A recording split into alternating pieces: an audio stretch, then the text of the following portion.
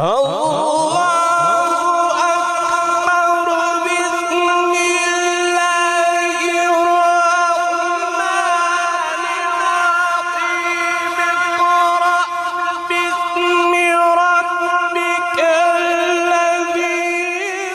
अलैहिस्सलाम फरमाते ने लिकुल्लि उम्मतिन अमीनुन,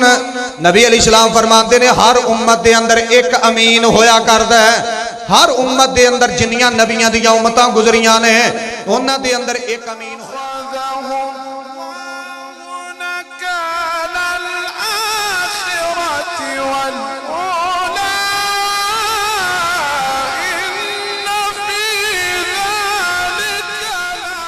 सरकार मदीना ने फरमाया अल माहिरु बिल कुरानी मा सफरतिल किरामिल बरारा, जेड़ा बंदा कुरान दा माहिर है कल क़यामत दा दिन होएगा वो फरिश्तियां दे प्रोटोकॉल फरमांदे ने